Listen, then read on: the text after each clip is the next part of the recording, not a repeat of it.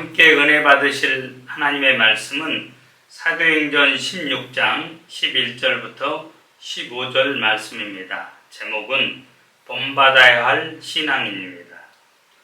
인간의 복 중에 최고의 복이 무엇입니까? 저는 만남의 복이라고 생각을 합니다. 내가 누구를 만나느냐가 내 인생을 결정합니다. 위로는 하나님과의 만나야 하고 아래로는 사람들과의 만남이 중요합니다. 그런데 우리가 알아야 할 것은 아무리 사람들과의 만남이 잘 이루어졌다 해도 하나님과의 만남이 없다면 복된 만남이 아니라는 것입니다. 먼저가 하나님과의 만남입니다. 바울은 그런 면에서 복받은 사람입니다. 먼저는 이로 하나님과의 만남이 있었습니다.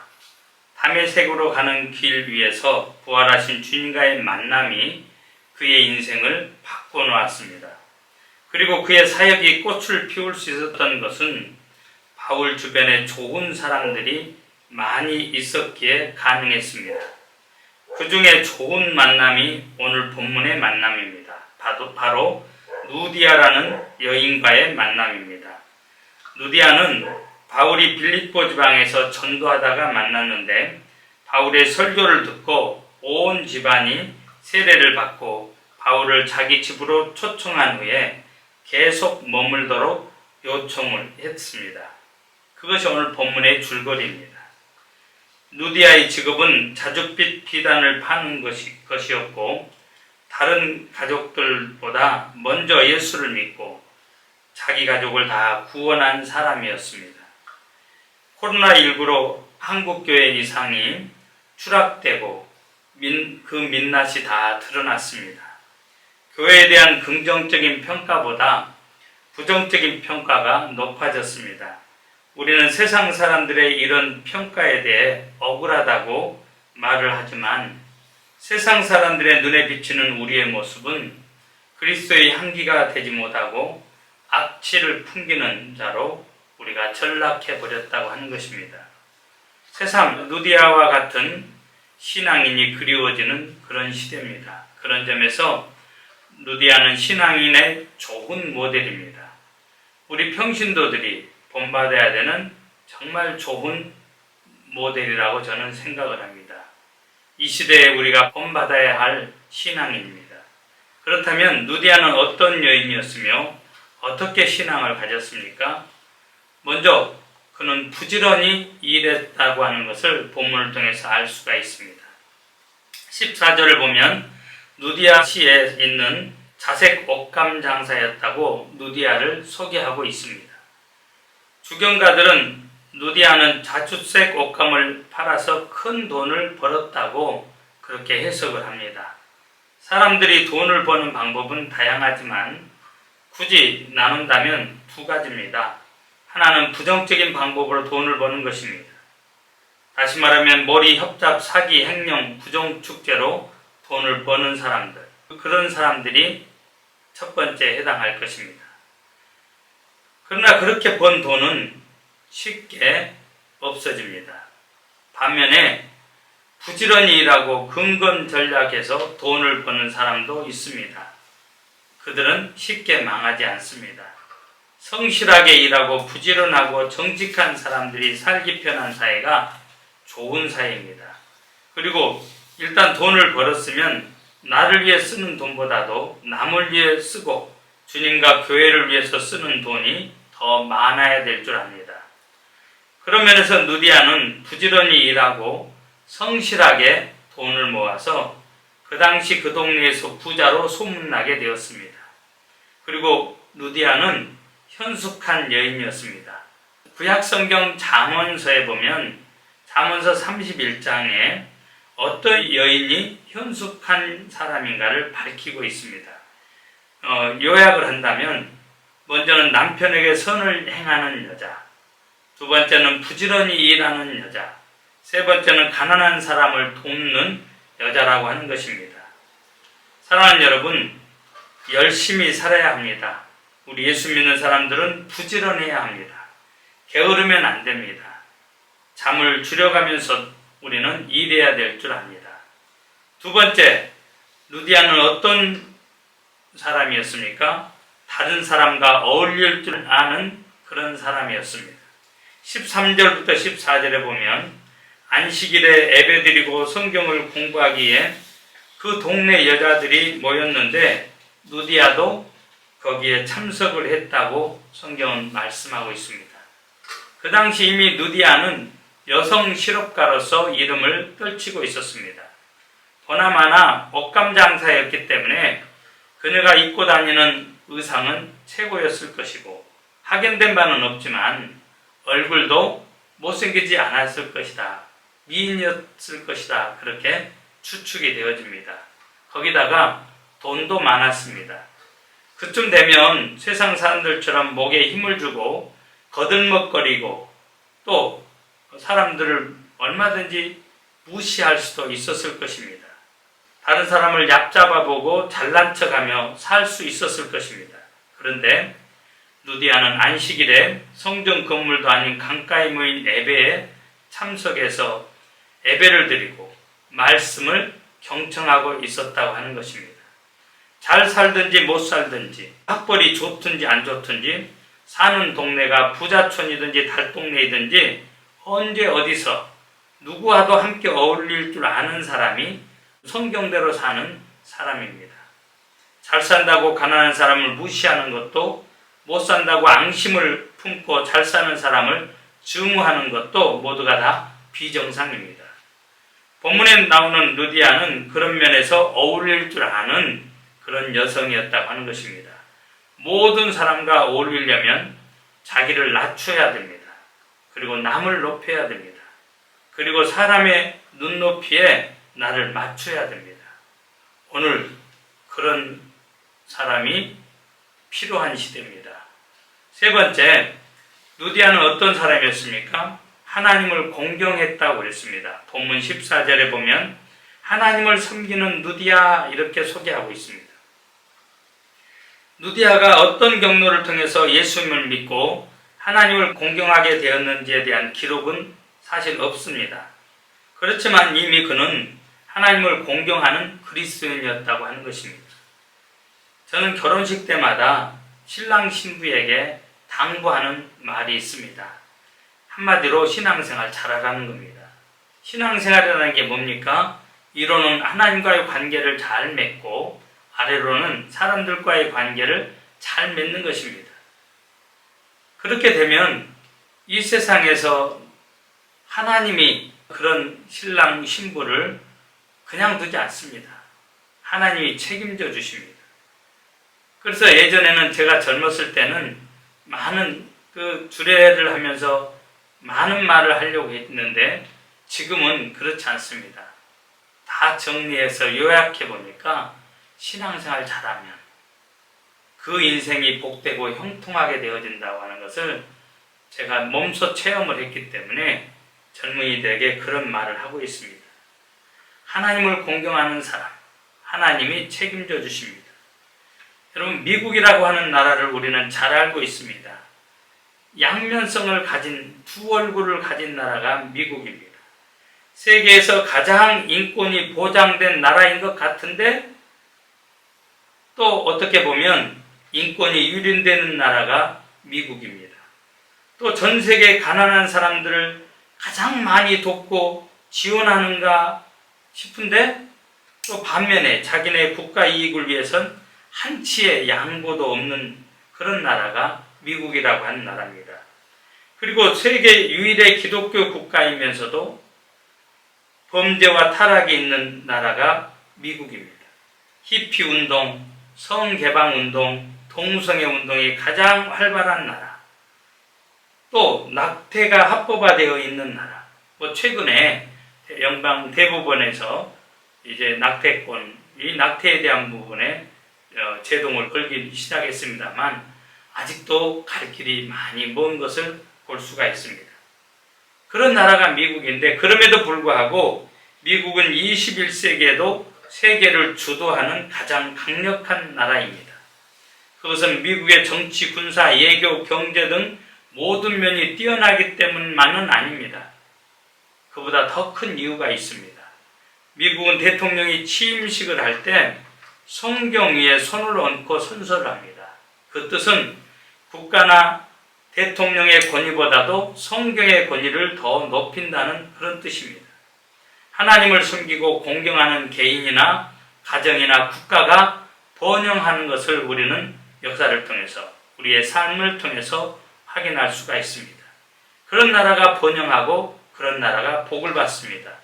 세계적으로 기독교 국가의 경제력과 해교와 불교 국가의 경제력을 비교해보면 상대가 되지 않을 정도로 기독교 국가가 우월합니다. 뛰어납니다. 앞장서 있습니다. 가끔 뉴스 화면에 이상한 모습이 비춰질 때가 있습니다. 지자체장이 비가 오게 해달라고 돼지머리에 올려놓고 절하는 모습, 여러분들 보셨을 겁니다. 참 어리석습니다. 그런다고 우로가 열립니까?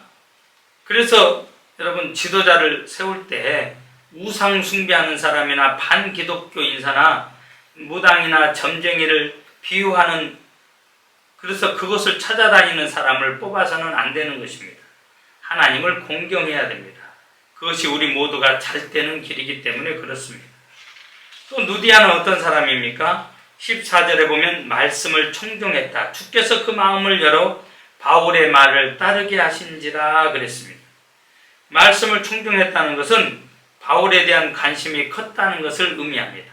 다시 말하면 바울을 존경하고 신뢰했기 때문에 바울이 전하는 말씀을 청종할 수 있었습니다. 설교의 경우도 같습니다.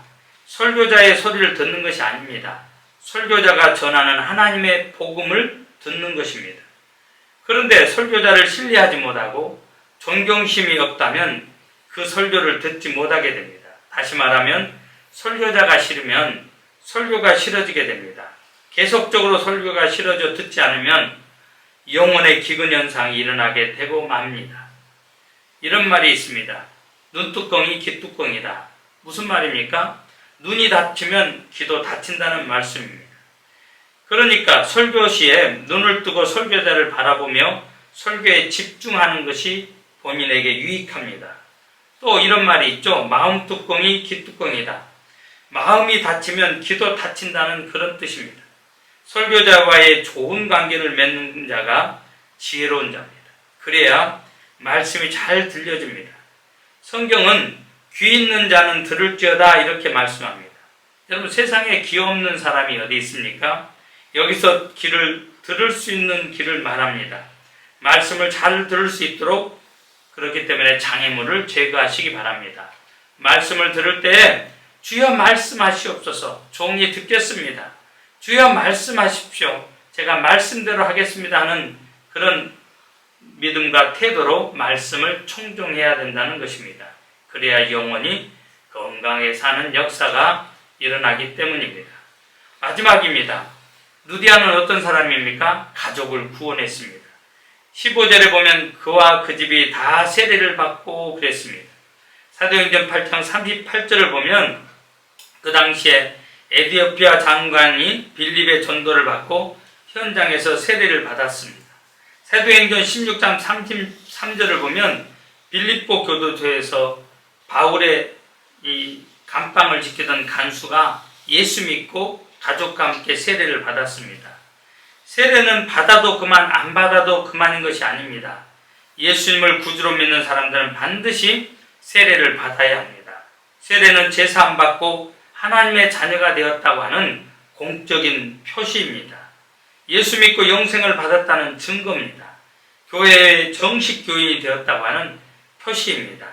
예수 믿고 영생을 얻었다는 증거, 교회의 정식 교인이었다는 이 표시인 세례, 여러분 받아야 됩니다. 누디아의 경우 온 가족이 예수 믿고 세례를 받았습니다. 가족을 구원한 것입니다. 미래학을 연구하는 학자가 쓴 글에 이런 내용이 있습니다. 미래 사회는 인간이 첫째 신세대형, 미래 인간형으로 바뀔 것이다. 두 번째 가속적인 변화가 일어날 것이다. 세 번째 기술 산업에 혁명이 일어날 것이다.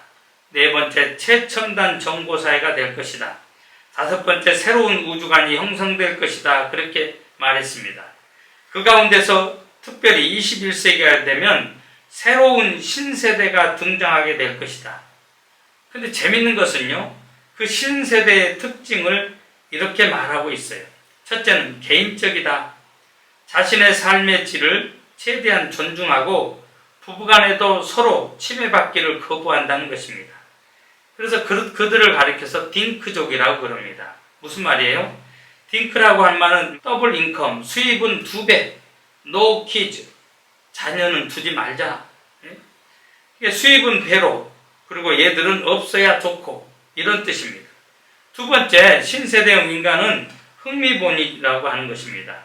형이 하학적인 것, 행동만 아래 것들, 먹고 마시고 놀고 즐기는 것이 그들의 삶을 지배한다는 겁니다.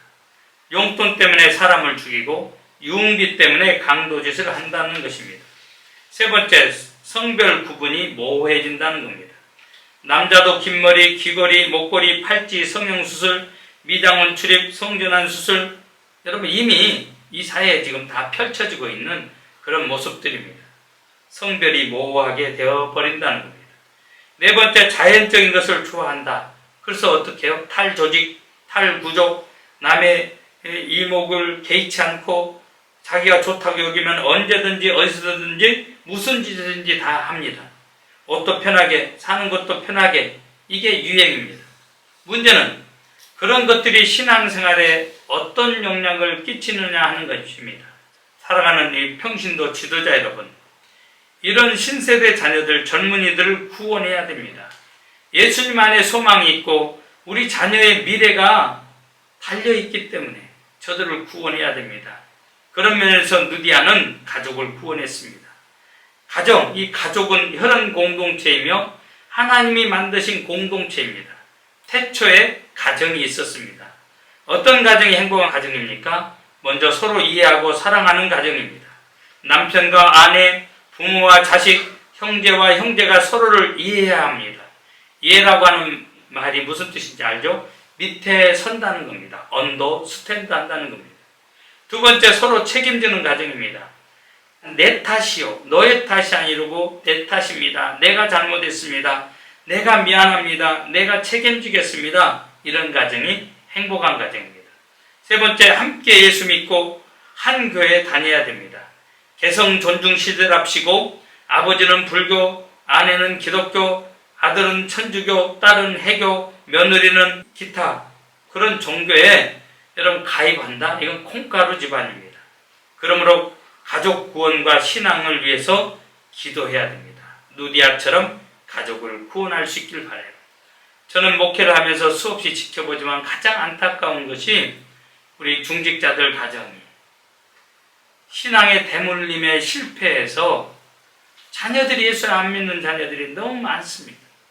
부모가 뿌려놓은 것 자식들이 거둬야 되는데 거둘 자녀들이 예수 믿지 않기 때문에 거두지 못하고 있는 것을 보며 너무 안타깝게 생각을 합니다. 여러분, 함께 예배드리고 함께 만나고 함께 교회 이야기를 나누고 함께 그날의 말씀을 이야기하고 함께 기도하고 함께 오고 함께 가고 이런 가정들이 되었으면 합니다. 이제 말씀을 마칩니다. 요사이 본받을 신앙인이 없다고 다들 아우성입니다. 이런 사람 때문에 나는 교회 가지 않는다. 이런 사람이 장로요, 이런 사람이 권사이기 때문에 나는 직분을 맡지 않는다. 그러면서 자기가 직분 맡지 않은 것을 자랑스럽게 여기며 그렇게 말하는 사람들이 있습니다. 그러나 사랑하는 여러분, 본받을 신앙인이 없습니까? 그렇다면 당신이 그런 사람이 되어주셔야 됩니다. 누디아와 같은 사람이 되어주셔야 됩니다. 그렇기 때문에 오늘 이 시대는 누디아와 같은 사람을 기다리고 있습니다. 오늘 이 영상을 보시는 평신도 지도자들에게 다시 부탁을 드립니다. 여러분이 좋은 모델이 되어주세요. 예수님 닮은 좋은 모델. 그래서 위드 예수, 예수님과 동행하시고 또 하나님이 기뻐하시는 내가 거룩하니 너희도 거룩하라고 하는 116년차 성결교단의 표인 이두 예수, 다시 성결 복음으로를 안성해 가는 저와 여러분들 되어지길 주님의 이름으로 부탁을 드립니다. 감사합니다.